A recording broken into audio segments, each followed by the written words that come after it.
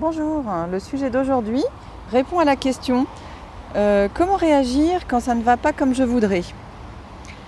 Alors, ça veut dire, par exemple, qu'il y a une situation ou une personne qui se met en travers de mon chemin et qui contrarie mes projets ou qui m'arrête dans mon élan.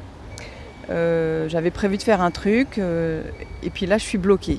Alors, ça peut être la voiture qui démarre pas, l'ordinateur qui plante, mon enfant qui tombe malade, ou encore un conjoint ou un collègue qui pète un câble pour on ne sait pas quelle raison.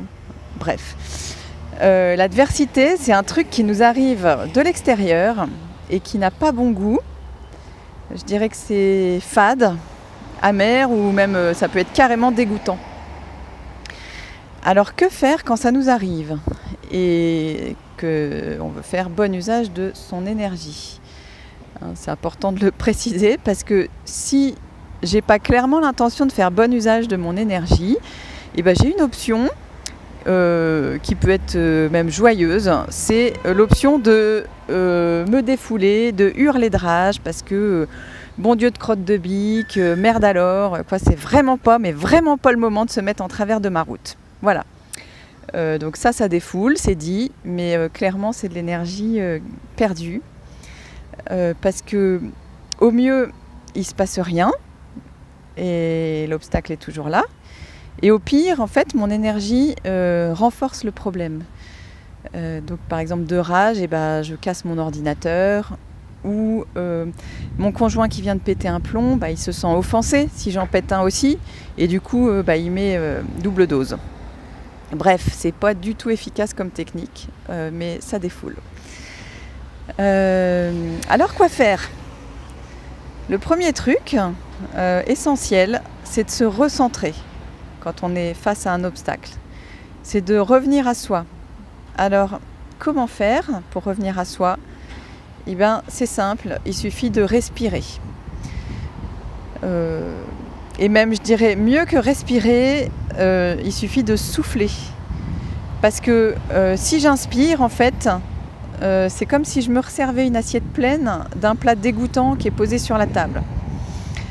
Alors, si vous avez repéré que c'était dégoûtant, faut mieux pas en reprendre. Donc on va souffler, voilà.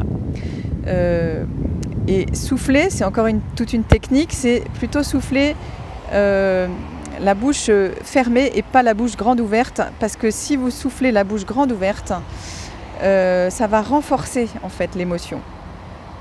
Si je fais ça et que je suis en colère, je vais être encore plus en colère. Donc ça peut être utile dans certains cas, mais là pour se recentrer, pas du tout. Donc l'idée c'est de souffler comme si on avait une paille dans la bouche. En faisant une petite bouche comme ça, vous imaginez que vous avez une paille et vous soufflez.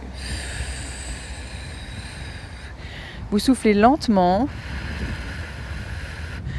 vous videz l'air de vos poumons, plusieurs fois de suite, en vous concentrant là-dessus. Voilà. Et une fois que le calme est revenu, vous pouvez regarder l'obstacle et vous demander de quoi j'ai besoin là maintenant pour continuer à avancer vers mon but avec cet obstacle devant moi. Voilà. Que l'obstacle prenne la forme d'une voiture, d'un ordinateur, d'un enfant ou d'un conjoint. L'obstacle m'invite toujours à aller chercher en moi de quoi j'ai besoin. Et une fois que j'ai trouvé le besoin, parce que ça peut prendre un certain temps,